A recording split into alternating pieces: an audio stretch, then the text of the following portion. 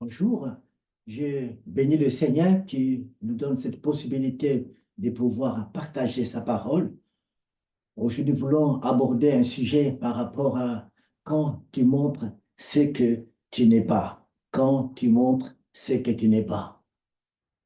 Et nous allons nous appuyer sur ce passage de Matthieu, chapitre 23, où le Seigneur avait une discussion aussi vraiment tendue avec le pharisien, les gens qui avaient la connaissance de la parole de Dieu.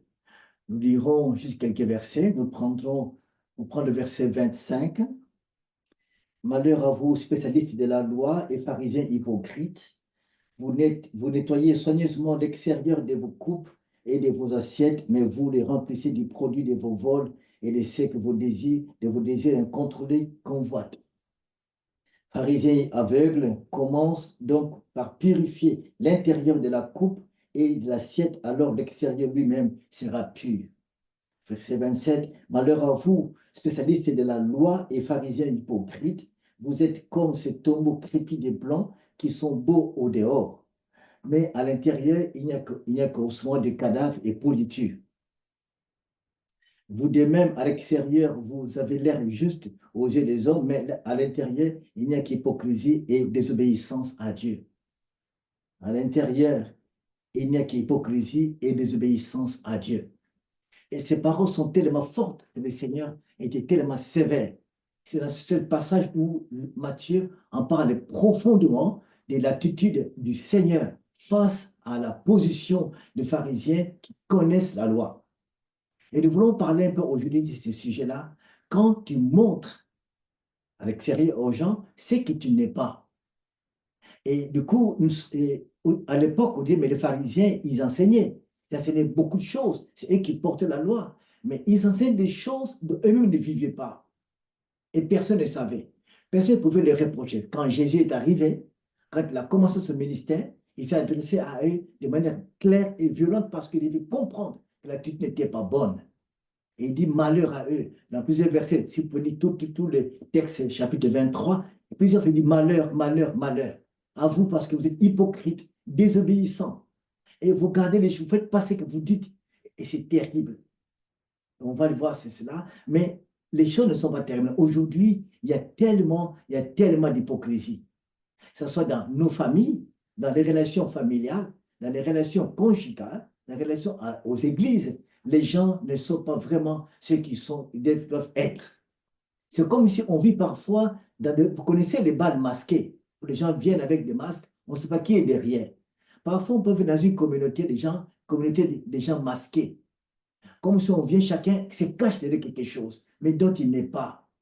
Ça peut arriver. On peut faire une vie chrétienne de beaucoup d'années, de beaucoup de temps, que dans le masque. On peut faire une vie conjugale de beaucoup d'années, de beaucoup de temps, que dans le masque. On peut avoir une vie familiale avec ses enfants, avec son mari ou sa femme, ou ses proches, ou ses grands frères, ses petits frères, que dans le masque.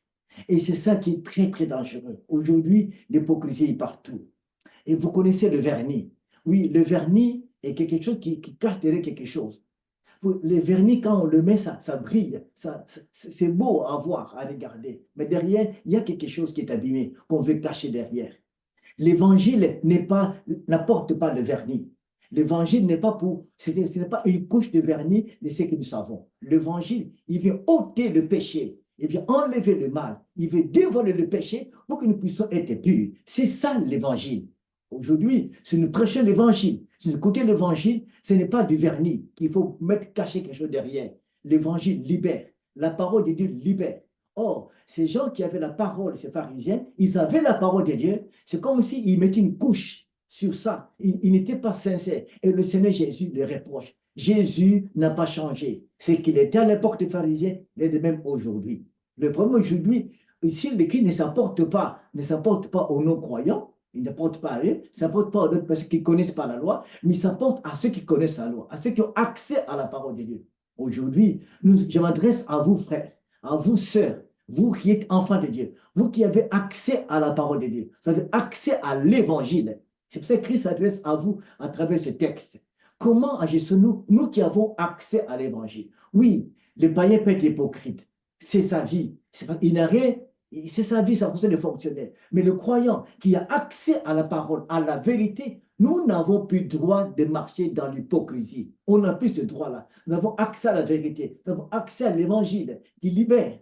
Or, on n'a plus le droit à mettre les couches de vernis devant nous, les couches de vernis dans nos relations, dans notre façon de parler, qui est tellement parfois qui cache certaines choses. On peut dire des choses, derrière, c'est autre chose. Et c'est ce qui est très, très dangereux. Alors, on va voir ça dans ce texte-là, dans deux, trois points qu'on va voir. Le premier point qu'on va voir ensemble, chers amis, c'est que tout ce qui a accès à la parole de Dieu, voici le premier point. Montrer ce que tu n'es pas, c'est un choix. C'est un choix personnel, parfois délibéré. Je veux fonctionner comme ça. C'est un choix personnel. Et tu sais ce que tu fais et tu veux que les autres voient ce que tu vois, ce que tu veux. Tu sais ce que tu fais. Tu veux que les autres voient ce que toi tu veux qu'ils voient. Tu fais un choix. Tu veux montrer la pureté. Tu veux montrer la sainteté. Tu veux montrer un homme bon, une femme bonne, un homme gentil, un serviteur extraordinaire ou bien un disciple extraordinaire, mais tu montres ce que toi tu n'es pas à l'intérieur. Ce que tu es, tu le sais, tu sais ce que tu es. Alors, voilà le texte que Jésus, le Christ, va dire à ces gens-là, à ces pharisiens, à ce texte-là qui va le dire clairement, il est sévère avec eux. Il dit, malheur à vous, spécialistes de la loi, il leur dit, et pharisiens hypocrites, vous nettoyez soigneusement l'extérieur de vos coupes et de vos assiettes, vous les remplissez de produits, de vos vols et de ce que vos désirs incontrôlés convoitent. Pharisiens aveugles. Ils veulent montrer quelque chose, ils veulent montrer leur piété, leur façon de fonctionner, leur façon de prier, et tout ça, ils ne sont pas à l'intérieur. On choisit toujours ce que je veux montrer aux gens. Montrer aux gens dans le milieu, je suis quelqu'un, j'ai des capacités, j'ai des possibilités. Je ne m'oppose pas au maquillage, pas du tout. Mais derrière le make-up qu'on fait aujourd'hui, il se cache beaucoup de choses. Du coup, la vraie personne est cachée derrière une couche de choses qu'on met devant la figure, que ce soit homme ou femme, parfois des cheveux compliqués, derrière quelque chose. La réalité est cachée derrière tout ce qu'on peut mettre devant. Et du coup, j'ai fait un choix de choisir de faire ce qui est là. Et cela, c'est toujours, c'est par rapport à moi-même. C'est un intérêt personnel. Je fais un choix.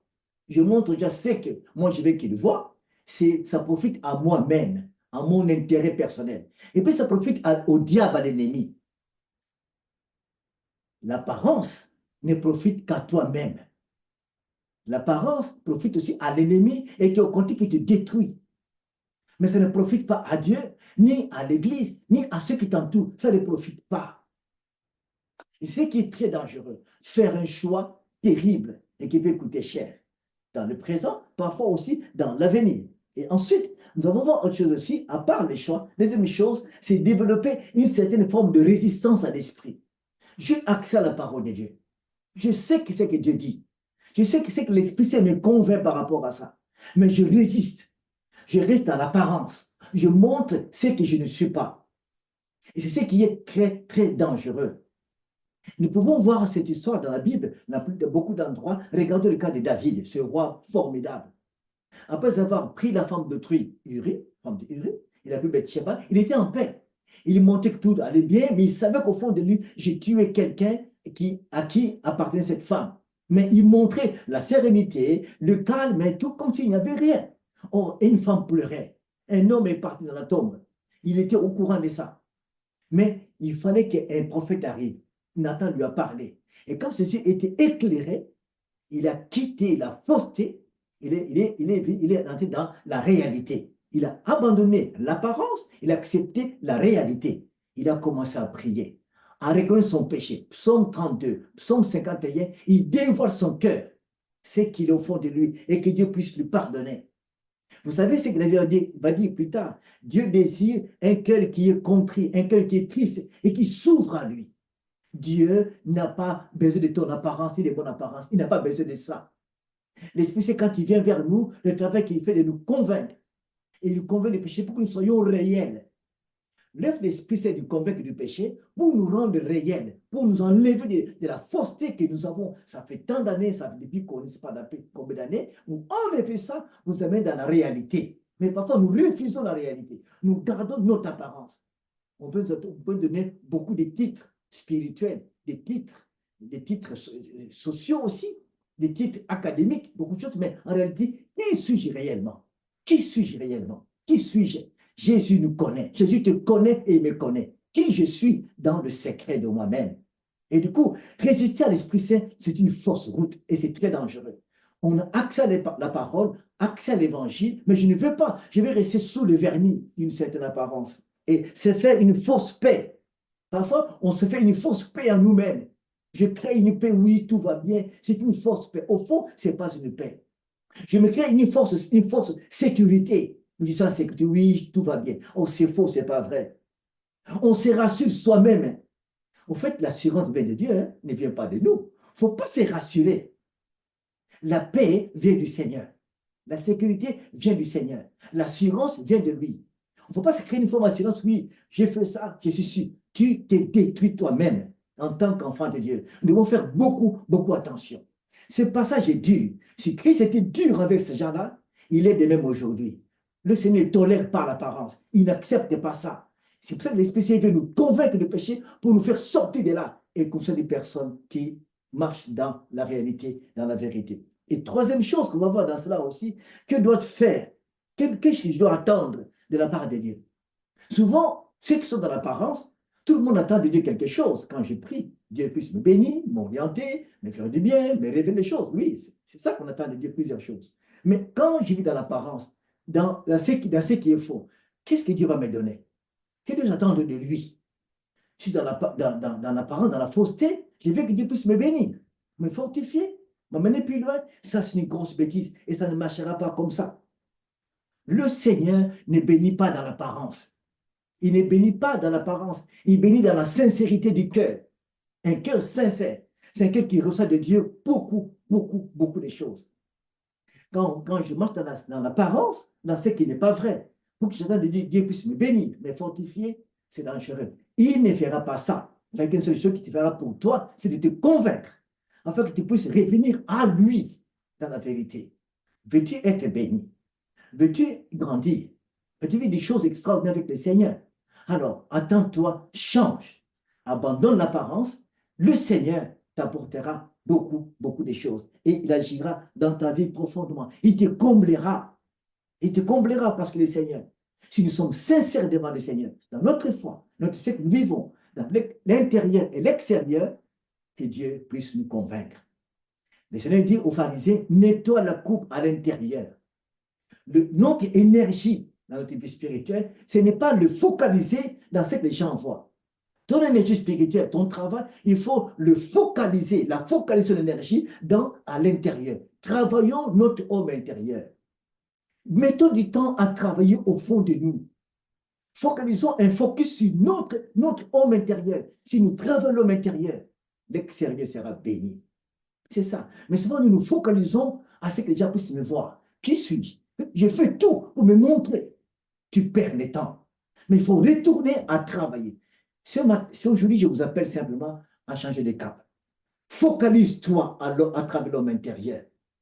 Focalise-toi. L'apôtre Paul dit qu'un homme extérieur, l'apparence, c'est détruit. L'homme intérieur se renouvelle de jour en jour dans la connaissance de la parole de Dieu, du Christ lui-même.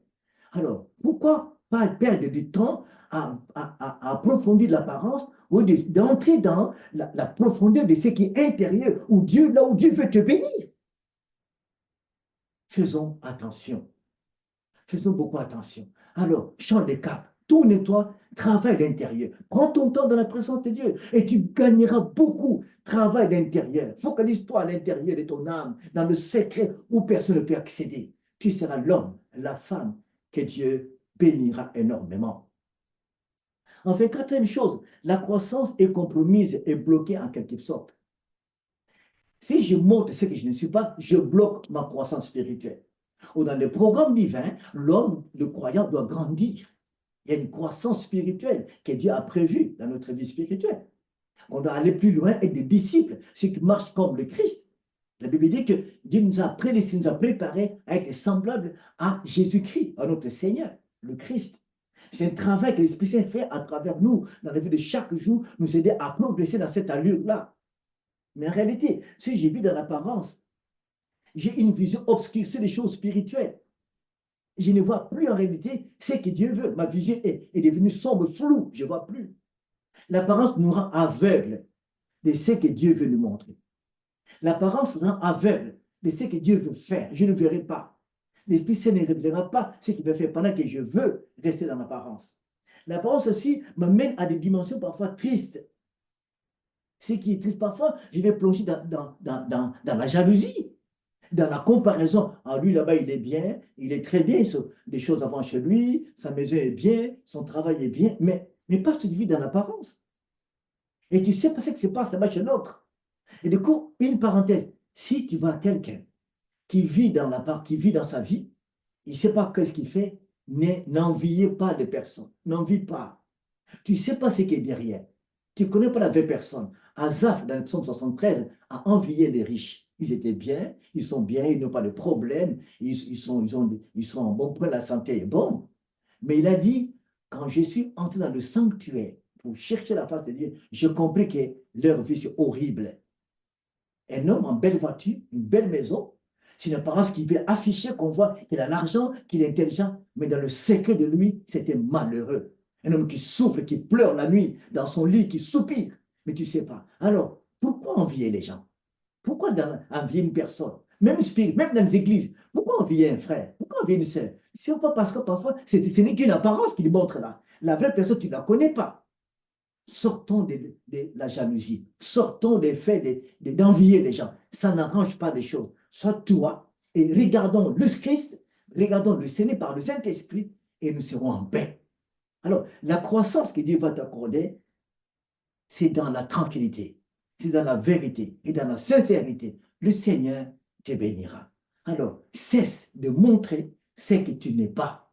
Travaille cela, de jour en jour. Ça peut arriver que tu affiches une mine un peu, tu es formidable, au fond, ça ne va pas. Change ça. Le Saint-Esprit fait un travail dans la vie de chacun de nous tous, de tous les croyants. Parfois, on peut monter un moment où tu parais très fort, oh, tu ne l'es pas. Tu n'es pas, oh, tu es faible à ce moment-là. Alors, revenons au Seigneur, à lui seul, par son esprit qui nous convainc du péché, qui nous convainc du mal, qui nous convainc de ce qui n'est pas bon, qui nous convainc des forces de ses apparences, qui nous aide à enlever les masques sociaux, le masque spirituel, le masque dans ce que nous vivons, en tant que leader. Il y a tellement de masques aussi. Dans tout ça, enlève.